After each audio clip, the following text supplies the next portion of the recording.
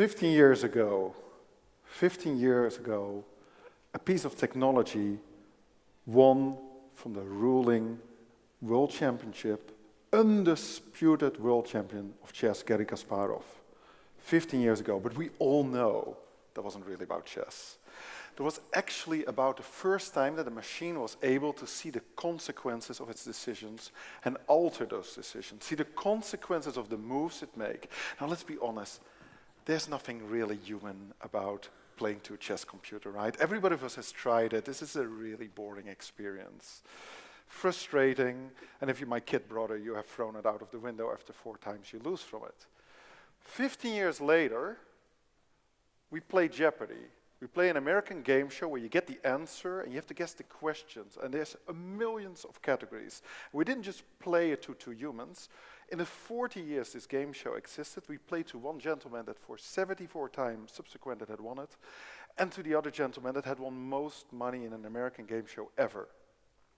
Now, why is this so difficult, right? Because I hear you say, so you have a list with questions, you have a list with answers, that's it. No, that's not it. It's impossible to make a list with all the questions in the world and all the answers. That's the first. Because this, let's go to language for a second, right? When you talk to your partner or your child, how many times do you have that conversation of, I know that's what I said, but that's not what I meant. Or when your mother tells you, yeah, that's not what I said, but that's actually what I meant. And those kind of conversations are already hard. And if we would have made a computer, if we made a piece of technology that had all the words and all the questions in it and the answer, like a search engine that has all the words I search for and all the web pages that have that word, that wouldn't be exciting. That would actually be rather stupid, because you already have humans who know the answer to those questions. Now, what we wanted to have a piece of technology that would find combination, that would read all the libraries in the world, that would read at 200 million pages a second, book pages a second, 200 million a second, from all kinds of different sources, and then come up with combinations that you and I wouldn't have looked to, would have overseen, wouldn't care for. And yes, a lot of outcomes would be silly, but a few of them, it would have the confidence that this was breakthrough. Now, again, why is this so interesting? In my preparation for today, and I was honored to be here at TEDx, I Googled TEDxFlanders, and this is what I got. Now, the first is, there were 23 million references and hits.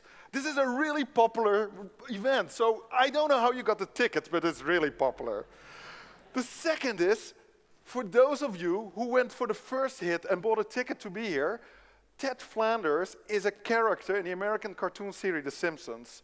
If you expect cartoons here today, this is not your seminar. The third is, there's a lot of references. Now, the average teenager clicks on the first link and doesn't even look to the next pages. So, let me explain why language is really difficult when you go and search.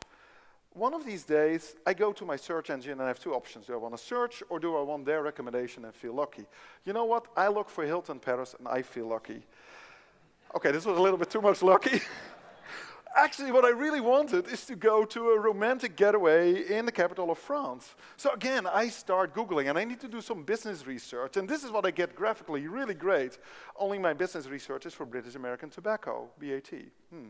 So again, language is difficult, and I need to have a context to see what I meant. And if I don't have that context, what am I going to do? So why did we want to play Jeopardy? You have a quiz that has all domains in the world, has puns, variations of words. So you have categories, and the categories are basically about the topic. The topic could be politics, it could be archaeology, but the topic is a pun by itself. If the category says chicks dig me, sadly, this is not about women that have an interest in me, but this is about female archaeologists. You have to figure that already out before you get the question.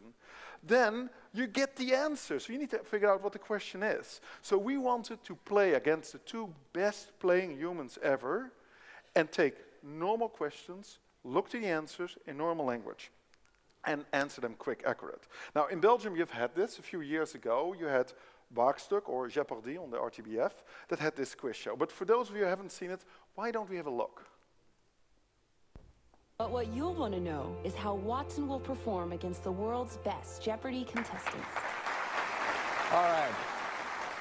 Enough background. Let's play Jeopardy. Here we go. Our first round of play contains these categories: literary character APB, all points bulletin. Beatles people, Olympic oddities, name the decade, final frontiers, and alternate meanings. A little while ago, we had a drawing to determine which player would select first. Brad, you won that, so if you're ready, make your first choice. Let's take alternate meanings for 200, Alex. Four-letter word for a vantage point or a belief. Brad. What is a view? Yes. Alternate meanings 400. Four-letter word for the iron fitting on the hoof of a horse or a card-dealing box in a casino. Watson. What is issue? You are right. You get to pick. Literary character, APB, for 800. Answer the daily. Ladies and gentlemen, the avatar behind me, meet Watson.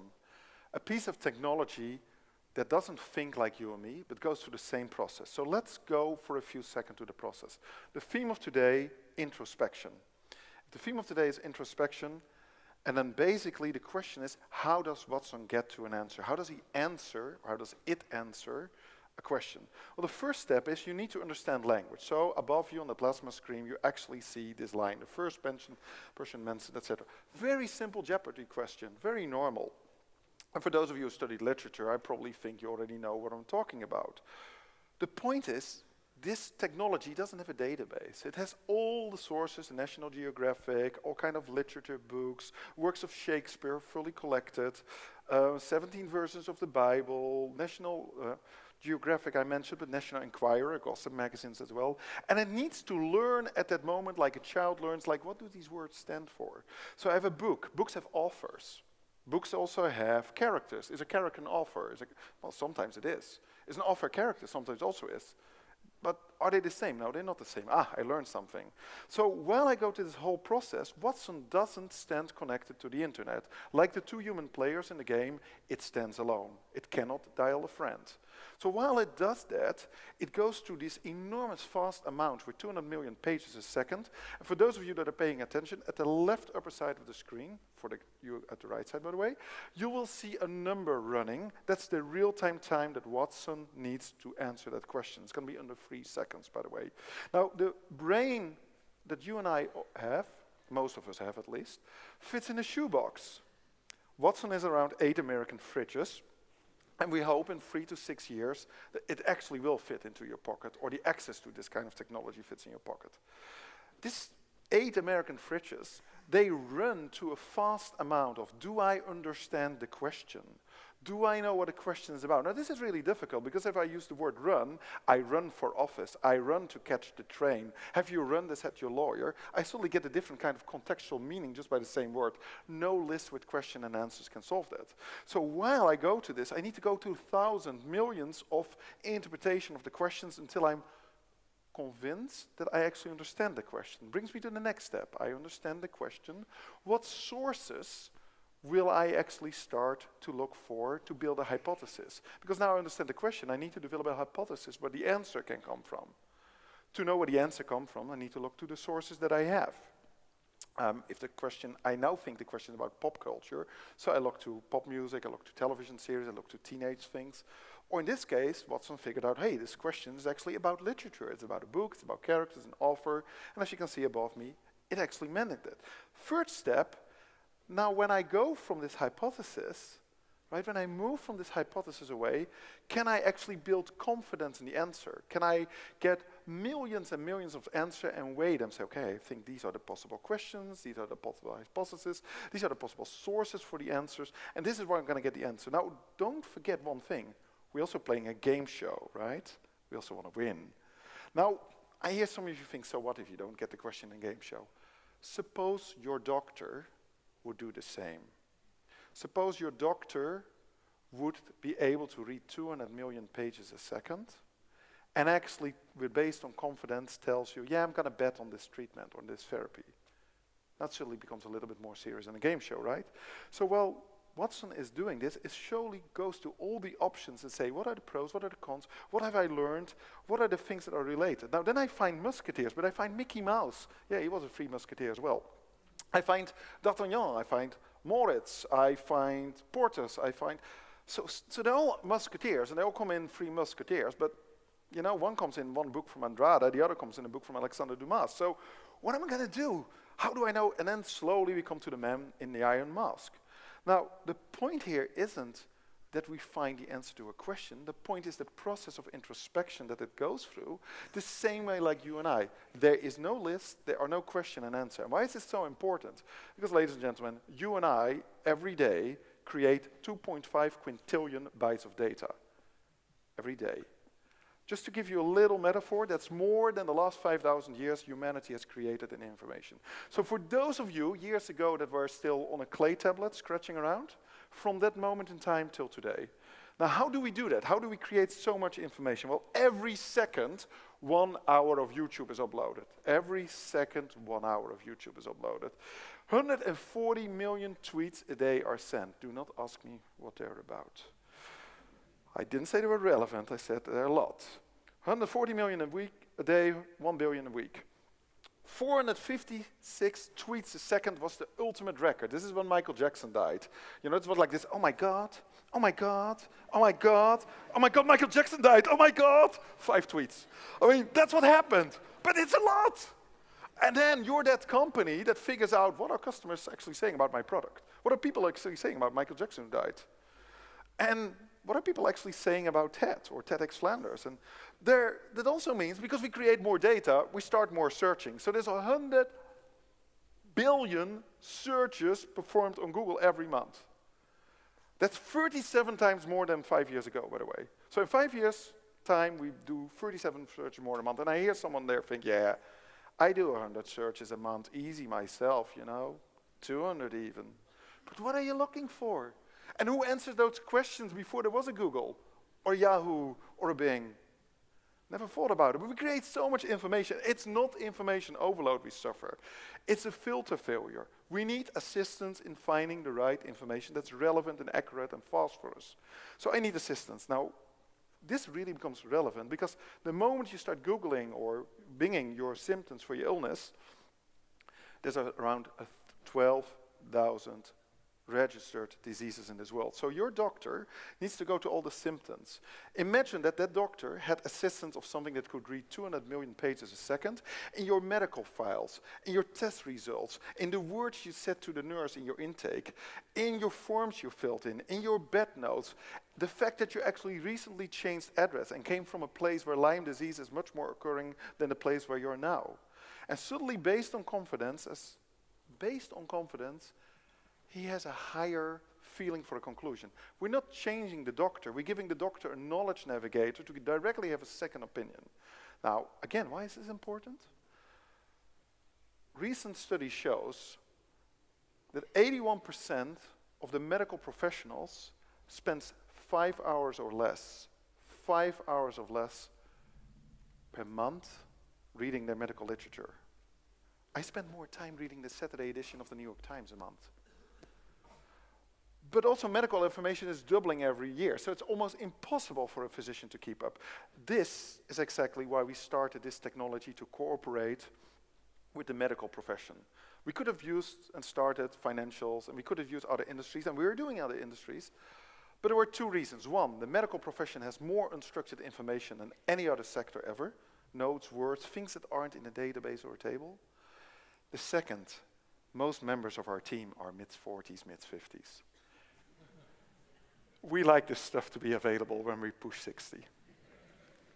So, after this confession, 1 out of 4 people dies of cancer. Cancer is still the number 2 killer in the world. 20% of the diagnosis people get on cancer is not the correct one for the correct form of cancer or the correct treatment. So 1 of 5 individuals has a chance within 6 months to find out they weren't treated right or the conclusion wasn't right. When we take the increasing cost of healthcare and a decreasing amount of doctors and medical professionals because of the post-baby boom, that's really what's happening at the moment. So this is why Memorial Sloan Kettering, WellPoint, and IBM started to work together. Can we do something? Now what I'm going to show you now is real. I have a few screenshots with me. I really tried to kidnap a medical professional from the hospital with me and have a line with Watson, but that was a little bit pushing the envelope. So when you're the doctor, this is what you have on your iPod. Ladies and gentlemen, I introduce you to Mrs. Jill Yamamoto. Mrs. Yamamoto is 37 years old. She's born in Osaka, Japan. She's gravely ill. She's never smoked a cigarette in her life, and she has a spot on her lung. Her doctor referred her to the oncologist at Memorial Sloan Kettering. This doctor never met this patient, sees this. He sees a face with the name of the patient. He sees all the information this patient has ever given or her doctor has shared with the hospital, or what she said in her intake, or what was shared in bed notes. What was all that isn't in the standard file is there. He also sees 2 recommended things to check. Now, he's a great professional, he absolutely thinks about it, but he has 15 minutes for this interview and he just spilled coffee on his jeans. He could have forgotten to ask the question. 1, are you having earaches? Because if you're having earaches, there's a chance your brain stem might already be affected by cancer. 2nd, do you have bleedings? So the second that he gets on his screen at that moment, and again, he is talking with Ms. Yamamoto. He's talking with her. So while he gets this on the screen, he's talking with her. He's not talking like the medical physician does, No, he's having eye contact, listening, and the technology runs along. And it shows the most likely, the highest confident test that he should do. But something else happens. Mrs. Yamamoto has preference. I'm a woman. I'm 37 years old. I do not want to lose my hair in treatment. Can we avoid it? So suddenly, after Ms. Yamamoto has done her test, he gets several kinds of treatments based on the patient's preference and the medical relevance and the confidence of a good result. Now, no doctor would accept it. I know there are people that still do what their navigation system says in the car and just go in the parking garage via the stairs. But doctors actually are skeptical, and they should be, because it's your and my life. So the moment he looks, say, Watson, tell me what's the evidence? How did you come to this? What kind of medical results, papers and research and test results did you take for them? And if I do not want to look this, or do not trust this treatment, what would you tell me? So, in a situation where we have created a digitization of society, we need to humanize technology. We need to make sure that technology is able to speak human language and listen to human language, and us, instead of us speaking like a computer. We need to understand, we need to share, we need to predict, and we need to make sure it changes our world. Now imagine, 3 to 6 years from now, this kind of technology is there when you step into a doctor, or step into a bank, talk with your children, but the most important, when someone you love is ill. How would it change our world? Thank you very much.